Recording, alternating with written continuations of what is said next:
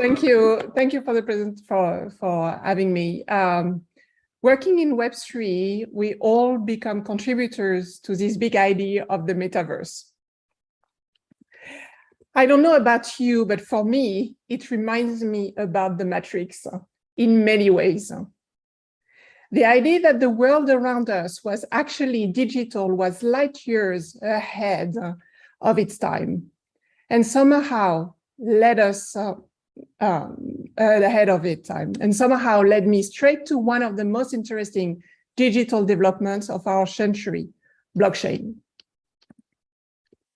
I found myself immersed in blockchain in 2017, a little less than a decade after it was first introduced and a few years before it blew up into Web3.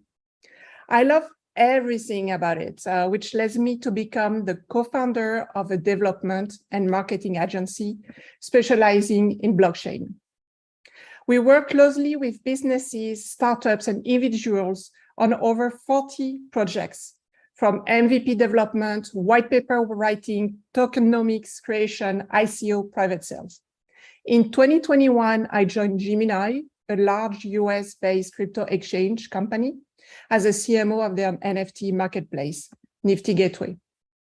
These experiences, plus my work with some of the big tech companies like Etsy and Pinterest, where I was the first non-US employee, all led me to this moment with you to talk about the glitch in the matrix that will change the very course of our future.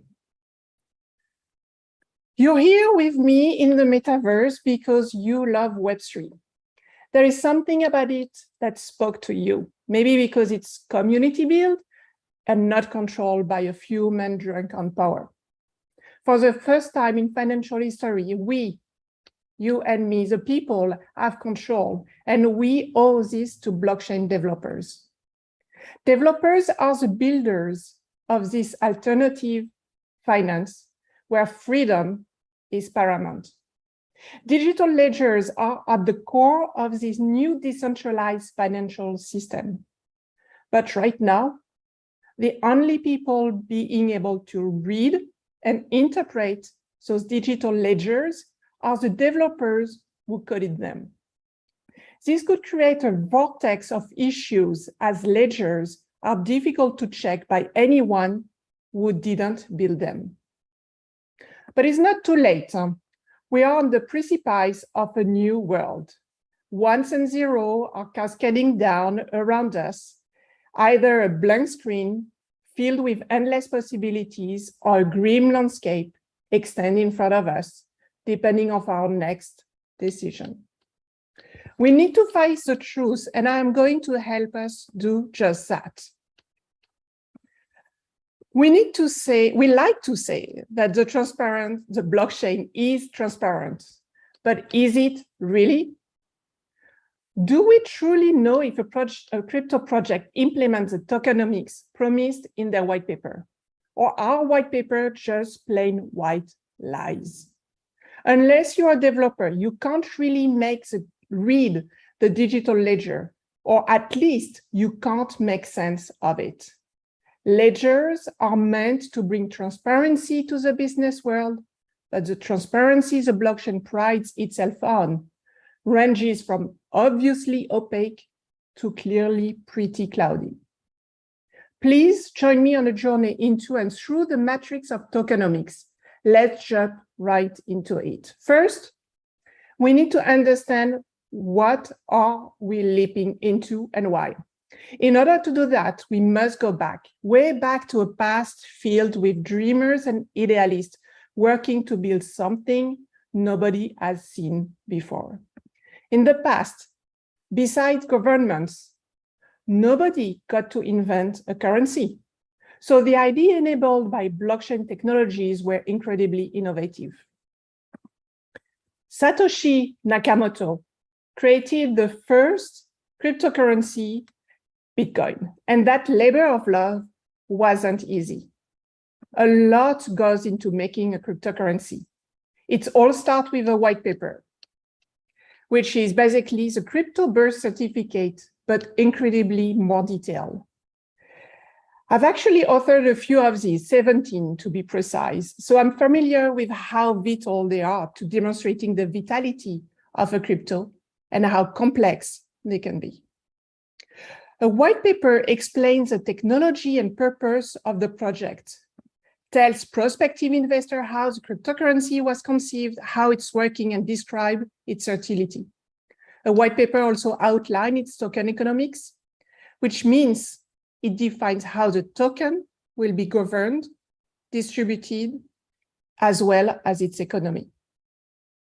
Token economics are highly important as they represent a layer of protection for users and investors and ensure a sustainable growth of the token economy.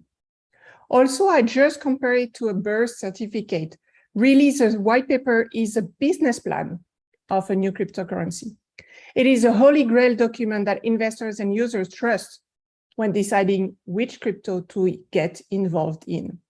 So we have this brand new baby crypto, and it's crawling out into the blockchain. But how do we know if it's going to follow the safe route that we lay out for it? Once the tokens begin to move, they are surprisingly hard to keep track of. And the users have no way to verify if it's following the tokenomics promised in the white paper. Sneaky little crypto. Which, with account addresses made of 42 random characters, is going to stay lost in the ocean of other data, just as unrecognizable.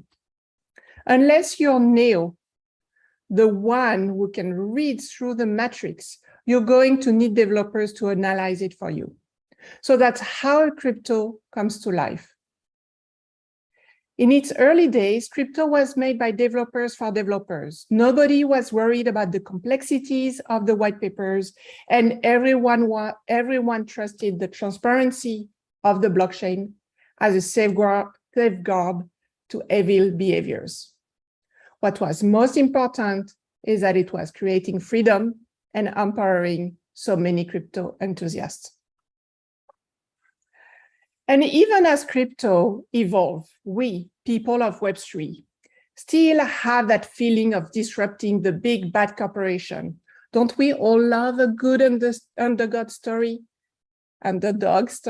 Neo, Trinity, and Morpheus defeated Agent Smith, and we, the people, freed the banking system, and now Web3 is disrupting entire industries. But this disruption comes with challenges. One of the biggest challenges is about the management of the token. What I mean by this is how the management team of a crypto organization manages its cryptocurrency.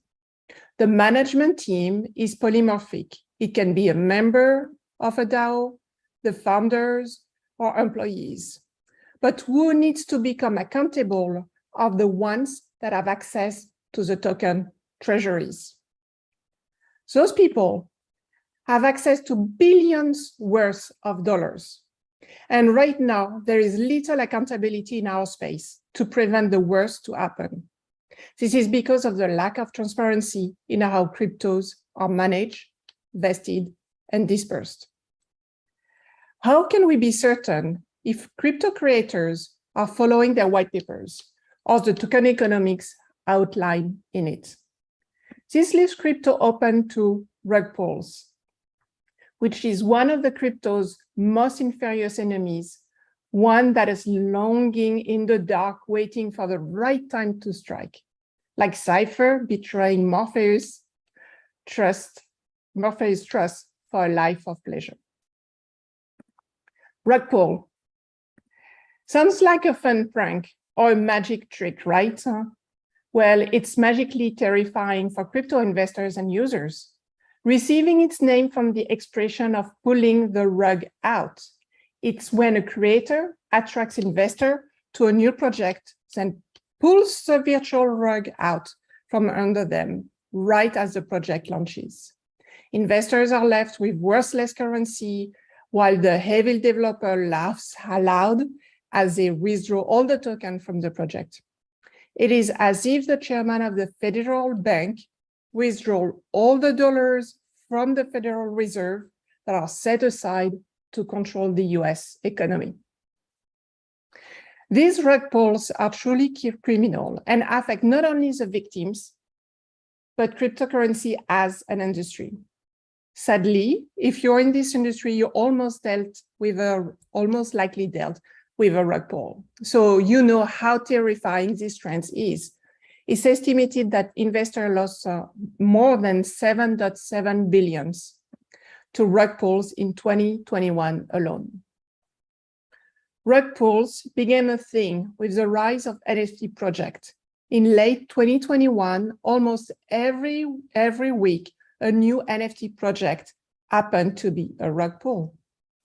But actually, large crypto scams very often start as rug pulls. Terra and SafeMoon are no different.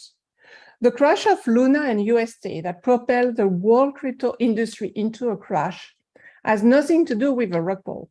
I agree, as it is linked to a poor implementation of the stablecoin. But actually, everything started with an alleged rug pull. The SEC is currently investing Do Kwon, the founder of Terraform, who began withdrawing 80 million just a few months before the collapse of Luna and UST, erasing trillions of dollars of value in process. An unthinkable loss like this was allowed to happen, first of all, because in every area of life, there are black hats undoing all the good done by the white hats.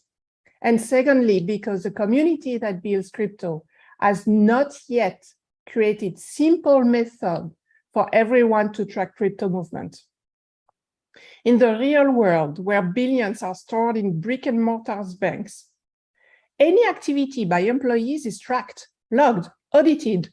Crypto reserve wallets hold billions worth of dollars. Shouldn't we enable the same traceability? But we aren't there yet. People are innocently using crypto with limited understanding of what's happening behind the scene. Especially as we have entered this new phase of development of our industry, welcoming retail investors that are regular people, not developers. By creating a system where only developers can decipher transactions and leave the rest of us flying blind, we essentially remove power from one group only to immediately hand it over to another group.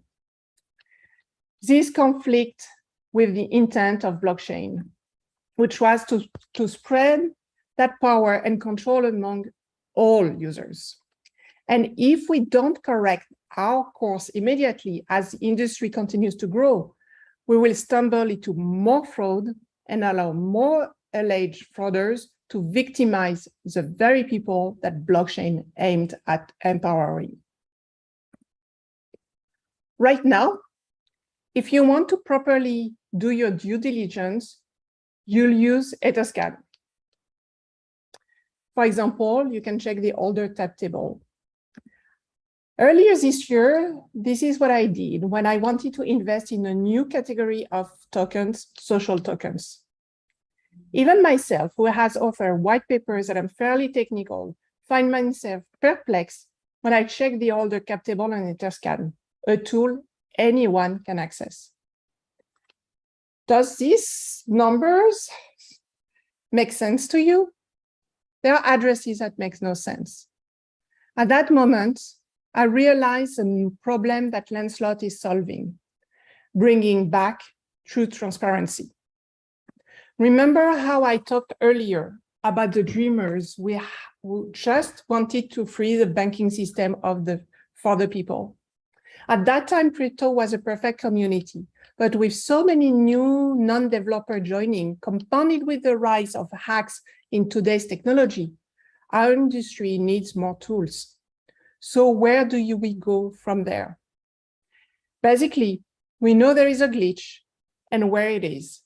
Now we need to unglitch it before it ruins the amazing industry we've worked so hard to build. We can do this by making blockchain transparent again. This is why I created Lancelot. Lancelot is the key to unleashing a broken system so that it can be used by the masses with the same privilege of their builders, aka the developers, to continue one of the fundamental premises of the blockchain technologies, which is transparency.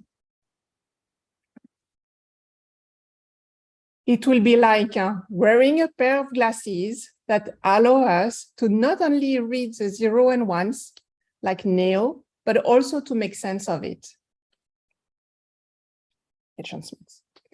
And you won't need a PhD in computer science. So make blockchain transparent again. Catchy, right?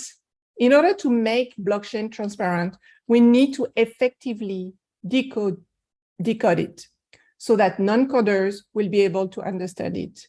Great idea in theory, right? Is it possible? I believe so. In fact, I believe it is not only possible, it's probable. It will just take all of us working together to make it happen. And it depends on a very simple idea. If the implementation of tokenomics is public, you could track when and where large amounts of tokens are transferred to unknown addresses. What I mean by implementation of the tokenomics is a disclosure of the addresses of the wallets used by the project to hold and manage their different token allocations, as described in the white paper. You remember that pie chart here? All white paper have that type of chart. What is the wallet address of the project treasury? What is the wallet address of the wallet managing the founder and investor vesting distribution? This is disclosing the token economics. True transparency would mean that any token holder interested in verifying the accountability of crypto project would have the tool to do so. If I was a VC considering a token project, I would want, need, and deserve security steps like this as a pre-confirmation on my investment. Some very large trustable cryptos like Aragon or Hedera use transparency report and share all details about their token management to their investors. In fact, the need for transparency is clear, and some trustable organizations start to share more detail about their token operations. How is Lancelot creating the condition of traceability for any holder? First, we propose that crypto organizations disclose their tokenomics structure to their investor. Second, Lancelot incorporates human readable labels for investors and projects to handle labels and not 42 characters. These two simple steps would bring full transparency to a space that needs it. Let's talk a little more about each of these steps. The first piece, disclosing tokenomics structure, is imperative as it allows anyone to track tokenomics live. Think DoorDash. When you hit order, you can follow where the delivery is coming and prepare your movie. Without, you watch your street from the window with no way to control when or if the food arrives. When crypto organizations share implementation of their tokenomics and open up the opportunity for them to track live, it creates a system where both parties get what they need and deserve, which is trust. The second piece, adding human readable labels, is critical because humans can read them. As my 15-year-old son would say, duh, right? By attributing a human readable label to a blockchain addresses, it removes 80% of the mistakes made when transferring token. No more fat fingers errors and millions lost in a single click. It's easier to manipulate names than 42 characters, facts, as my son will say. With human readable labels, anyone can easily make sense of the token movements initialized from the crypto tokenomics wallets. I know I've shared a lot of information, and you've traveled all the way through the matrix, ending up here on the brink of change. It is my hope that you step up and stand with me before it's too late and guide crypto into the future. A future that's transparent, open, and honest.